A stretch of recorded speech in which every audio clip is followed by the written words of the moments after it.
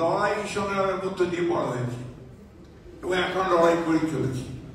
আমরা বিশ্বাস করি যে বাংলাদেশের মানুষ সংগ্রাম লড়াই এটাতে মজ্জাগত।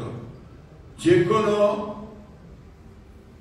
বিপদে যে কোনো দুঃসময়ে সবাই এক হয়ে লড়াই করতে জানে, তার প্রমাণ জুলাই দিয়েছে। গত পরশু ইউএস বাংলাদেশ একটা বিজনেস ফোরামের সভা হচ্ছিল। সেখানে আমাদের সম্মানিত, সকলের সম্মানিত, বিশ্বের সম্মানিত প্রফেসর ইউনূস যখন কথা বলছিলেন, আমার বারবার করে মনে হচ্ছিল যে আমি এদেশের স্বাধীনতার ঘোষক শহীদ প্রেসিডেন্ট জিয়া রহমানের স্বপ্ন জিয়া রহমান দেখেছিলেন যে বাংলাদেশকে একটা গণতান্ত্রিক, একটা সমৃদ্ধ এবং দুর্নীতিমুক্ত একটি বাংলাদেশে পরিণত করবে। তার সমস্ত কথাগুলো সেই সভায় প্রফেসর ইউনূসের কথা কি বেরিয়ে আসছিল।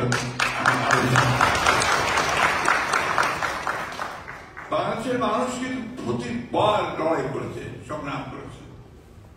যেদিন থেকে একটা দুঃসহ, একটা দানবীয় একটি শাসক গোষ্ঠী বাংলাদেশের উপর চেপে বসেছে, সেদিন থেকেই বাংলাদেশের মানুষ লড়াই শুরু করেছে। আমি এটা শুধু পার্টিকুলার কোন পলিটিক্যাল পার্টিকে কথা বলতে চাই না, প্রায় প্রতিটি মানুষের বিরুদ্ধে সংগ্রাম করেছে। যেমন করেছে আপনার সেই তেঁতুলিয়ার গ্রামের মানুষ, ঠিক তেমনি আপনারা এইখানে এই প্রবাসী মধ্যপ্রাচ্যে যারা আপনার বাংলাদেশের উন্নয়নে বলুন, প্রতিটি কাজে বলুন, যে সহযোগিতা করছে, সেটাও স্বপ্ন দেখেছিলেন শহীদ প্রেসিডেন্ট জিয়া রহমান। এবং আজকে গার্মেন্টসের যে নারীরা আমাদের যে কাজ করছেন এবং একটা নতুন একটা অধ্যায় সূচনা করেছেন, সেটাও কিন্তু স্বপ্ন দেখেছিলেন শহীদ প্রেসিডেন্ট জিয়া রহমান। একটা একজনের শাসন ব্যবস্থা থেকে বহুদলীয় গণতন্ত্র এবং একই সঙ্গে মুক্ত সমাজ, একটা আপনার মুক্ত সংবাদ প্রবাহ, freedom of speech, freedom of press, এগুলো স্বপ্ন দেখেছিলেন শহীদ প্রেসিডেন্ট জিয়া রহমান। আজকেও আমাদের নেতা, তরুণ নেতা আমরা বলি, তিনিও 31 দফা কর্মসূচি দিয়ে সেই নতুন চিন্তা ভাবনা। একটা কথা খুব স্পষ্ট করে দৃঢ়তার সঙ্গে বলতে চাই যে আমরা যারা বয়োজ্যেষ্ঠ আছি, আমরা অনেকগুলো লড়াই লড়েছি, আমরা স্বাধীনতার যুদ্ধ করেছি, পরবর্তীকালে গণতন্ত্রের জন্য সংগ্রাম করেছি, লড়াই করেছি। আজকে আমাদের সামনে শহীদরা যারা তারা এসছে এবং আমরা অন্তত আশাবাদী যে আমরা ভবিষ্যতে আমার লড়াইয়ের মধ্যে দিয়ে একটা কথা আমাদেরকে সবসময় মনে রাখতে হবে। সে কথাটা হচ্ছে যে স্বপ্ন দেখতে হবে। প্রফেসর ইউনূস যে স্বপ্ন দেখেছেন, যে দেখছেন, এই স্বপ্নগুলোকে আমাদের সামনে এগিয়ে নিয়ে যেতে হবে। তারা স্বপ্ন দেখেছেন, সেটা নিয়ে আমার সামনে এগিয়ে যেতে পারবো বলে আমি বিশ্বাস করি। আমাদের যেটা দরকার, সবচেয়ে বেশি যেটা দরকার, সেটা পলিটিক্যাল কমিটমেন্ট। আমাদের মধ্যে সেই আস্থা দৃঢ়তা থাকতে হবে। বিগত রেজিম আমাদের আস্থা নষ্ট করে দিয়েছিল, বিগত রেজিম আমাদের ধ্বংসস্তূপে পরিণত করেছিল।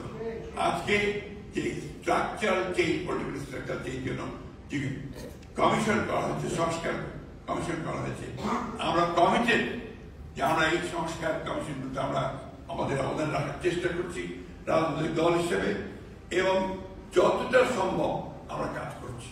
এবং এই কথা আমরা খুব স্পষ্ট করে সবার সঙ্গেই বলতে চাই, যেখানে বাংলাদেশের সবচেয়ে বেশি উপকার হবে, যেখানে বাংলাদেশি মানুষের উপকৃত হবে, সেই কাজগুলো নিঃসন্দেহে আমরা সর্বাত্মকভাবে করবো বলে আমরা আপনাদেরকে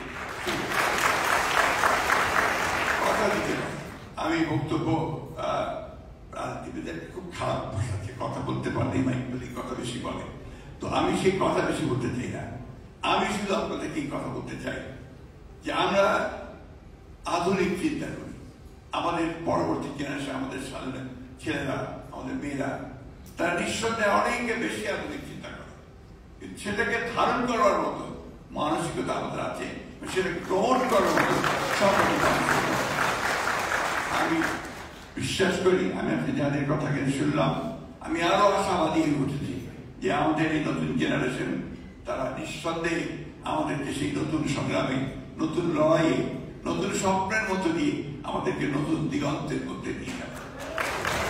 আমি যারা সঙ্গে কথা বলছিলাম, আজকে সকালে কথা বলছিলাম, আমি অত্যন্ত আশাবাদী হয়ে উঠেছি যে আমাদের মেয়েরা, অর্থাৎ নারীরা, তারা একটা বিশাল ভূমিকা পালন করবেন আমাদের আসুন। একটাই আহ্বান আমাদের সকলের, আপনাদের সকলের কাছে, যে আজকে আমরা সবাই এক হয়ে একই একটা বিষয়ে, বাংলাদেশের বিষয়ে